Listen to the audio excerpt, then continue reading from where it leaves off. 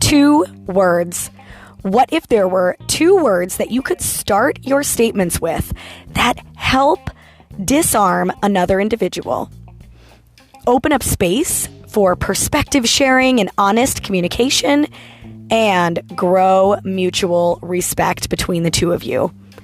That is exactly what I am giving you today. Two small words to begin your statements with that is going to help you during conflict resolution or avoid conflict altogether. This is part 2 of the Phrases That Work mini-series. And I'm not going to lie, I cheated a little bit. And I'm giving you the intro to a phrase today instead of an entire phrase. But I do not think you will be disappointed. Let's get into it. I use the term game-changing or game changer a lot, especially when I talk about different phrases or techniques or strategies that I teach in my impact method.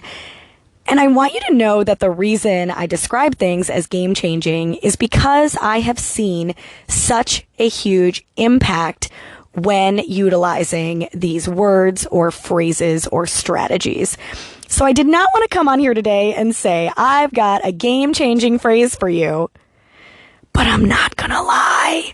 Using these two words as you begin to investigate conflict is really going to have a powerful impact on not only yourself, but on the people that you are using it with. We are going to empower them to share their perspective.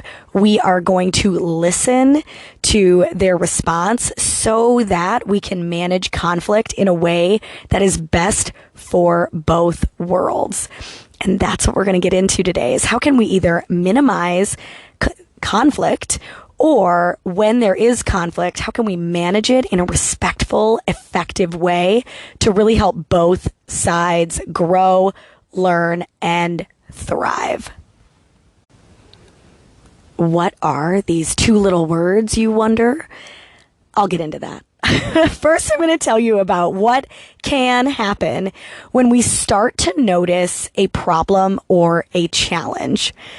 Typically, we see a challenge happen, or we hear about it from others, that there is a challenge going on, and we may have the tendency to approach a person and just start in on the challenge.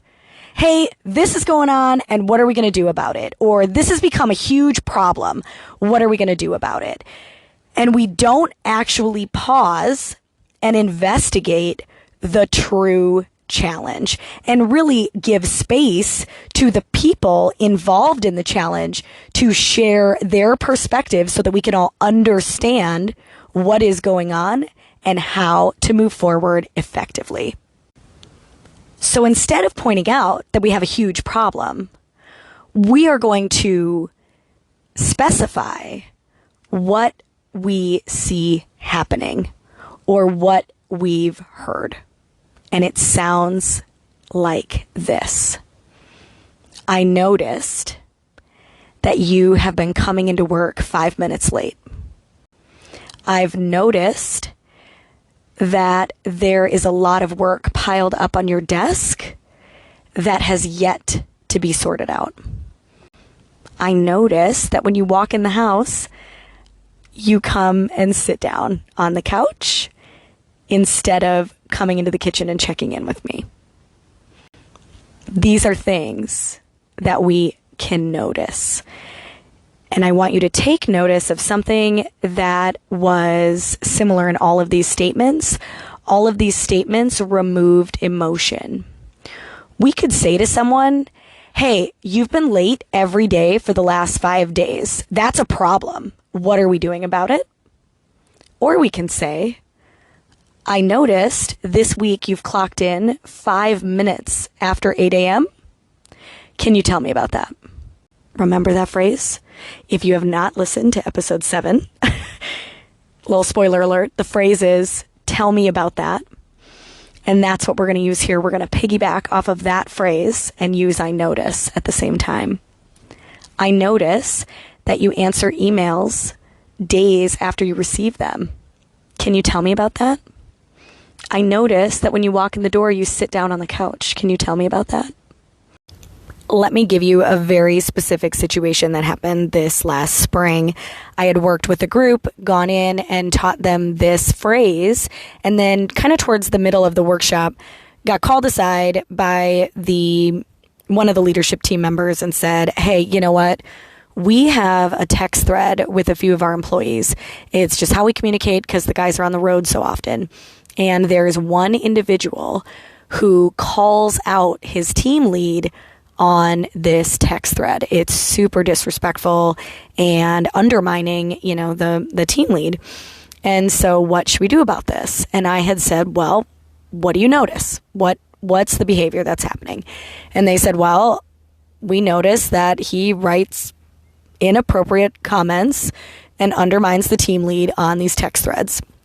And I was like, remember, inappropriate is your perspective. He might think this is very, very appropriate. And so we changed that out to say, I noticed you reply to the text thread to everyone and make comments about your team lead. Can you tell us about that? And they ended up, before the workshop was even over, walking up to this employee and saying this. And he responded with, well, that's because I've asked this team lead to do things and he never does what I ask him to. So I feel like if I call him out in front of everyone, maybe he will take action.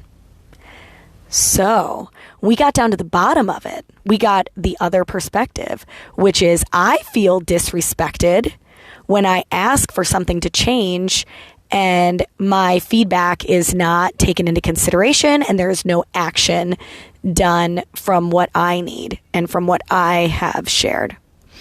So basically both employees were feeling disrespected. And that is the power of perspective, friends. Both perspectives are correct. Both perspectives are accurate from each of those people. And this is why conflict management is so important to understand the two perspectives, because the conflict is not the text message. The conflict is the follow through or the open communication between these two individuals. And so now they could have a conversation about how communication can work between these two individuals, and they don't have to talk about disciplinary action because of text messages. Let's think about this. When we use the term I notice, we are going to take away all emotion. As I had shared with that company, they wanted to say things that were filled with emotion. And that serves no one. Because if you come into a conversation with emotion, you're usually going to be met with emotion as well, instead of perspective, logic, right? And so we're going to start by taking emotion out. What can you actually see? What did the person actually do with all emotion removed? And then you're going to ask the question, can you tell me about that? This is respectful. I said in the beginning, this is going to grow mutual respect because now I'm asking you a question. I'm asking for your perspective. I'm asking for your feedback. I'm asking to understand your situation. I also mentioned this is going to open up honest conversation. When we show up without emotion, we are opening the door to being honest and to being heard. And that is exactly what people want. When I talk about a thriving culture, I talk about a culture where people feel valued, trusted, and confident. And a piece that I have chosen to leave out because I do feel like it falls under value is being heard. And I think when people feel they are heard, they feel they are valued at the same time. But that is a big reason for miscommunication is people think they're communicating, but they're not being heard. And so this opens up those doors for respect of, I want to understand your perspective. Now, this can eliminate conflict because, or not even start the conflict management process, because we might be able to say, hey, I notice you came in the house and you sit down right away. Can you tell me about that? I know I've brought this up about my husband's feet, but that's when he was able to say, yeah, my feet hurt. I have plantar fasciitis and it's hurting really bad. If I would not have said, I noticed this behavior, can you tell me about that? That conversation could have gone very, very differently. I notice you answer emails days after you receive them. Can you tell me about that? Yeah, I have 1,000 emails in my inbox right now, and I am slowly trying to get through all of them. I'm extremely overwhelmed. Now we understand the perspective of the person who's not responding to emails. They're overwhelmed, they're not caught up, and they are responding about 2 days out from when they're receiving them based on the amount of emails they can return. Now, what I'm not saying is that listen to their perspective and then say, okay, thanks. This is a gateway. This opens up that conversation. And now you can say, well, the expectation is that you reply to emails within 24 hours. How can we help you get through those 1,000 emails so that you can be down to 0 and be ready to answer emails as they come in? Now we're in a conversation. We've built that trust. We've opened up the perspective door. And now we get to listen and we get to help solve problems together. Let's walk through the process of how to do this. This is really in that investigate stage. If you have someone coming to you that is under you and maybe leads other people, and they say, oh, this keeps happening in the office. This is where you're going to ask questions to get down to, again, what are they seeing or what are they hearing that they need to switch? And again, they're not going to say, I noticed this thing and I need you to change that. They're going to say, I noticed this thing. Can you tell me about that?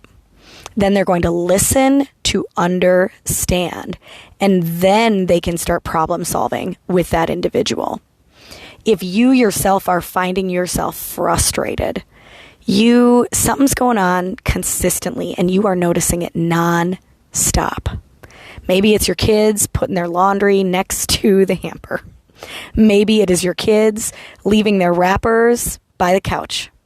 Maybe it is your employees clocking in and then standing around and talking for 15 minutes. Take a moment, pause, and investigate, what am I seeing? What am I hearing? What do I need to understand about this before I go into problem-solving mode? That's another piece of this. Talk about the mutual respect. Instead of issuing a problem out to someone, you're going to find out if it even is a problem, right? In a previous episode, I made a comment about asking my husband to do the dishes, and he then did the dishes in the morning instead of at night. And at first, that really frustrated me. I want them done before I go to bed. I want a clean countertop before I go to bed. And so I was able to say, hey, I notice you do the dishes in the morning. Is there a reason for that? And he was able to say, absolutely. I've been on my feet all day. I'm extremely tired, and I don't want to stand on our hard wooden floor and do dishes. Where in the morning, I'm rested, my feet have been rested, and now I'm able to do the dishes. And that's not a conflict. That's me understanding his perspective so that I can decide how I want to react to that. And I think that's what we just need a little bit more of. Understanding perspectives and then deciding, is this a problem or is this just a matter of preference? I would prefer that my husband does the dishes at night, but if the goal is that he does the dishes, we're still winning. It's not a problem, it's a preference. So as you are approaching problems or you're hearing about problems from other workers or teammates or your boss, really pause and investigate. What is the problem? What are we seeing or what are we feeling? What are we noticing that we can then address? And address to understand, not necessarily to fix even. Address the problem. Address the situation to understand it, and then decide how you want to move forward. I hope you find use in those 2 words. I noticed, or I notice. Insert what you notice, and can you tell me about that? And as always, what if it works? What if you utilize these 2 words and start taking the emotion out of conversation and really get down to what is happening? What are other people's perspectives? What are your own perspectives? Maybe that's how you continue the conversation. After learning their perspective, you share, this is my perspective on that. And now we are really opening the gates for honest communication. What if it works? What if you have more people coming up to you and problem solving in this way? Instead of bringing problems to you, they're bringing situations to you so that they can gain a perspective on that situation or issue.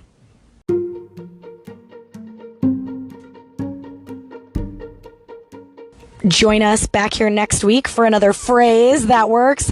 The next one, I'm not cheating. It is a full-on phrase that you are going to be able to use to inspire and empower and appreciate your team. Come on back.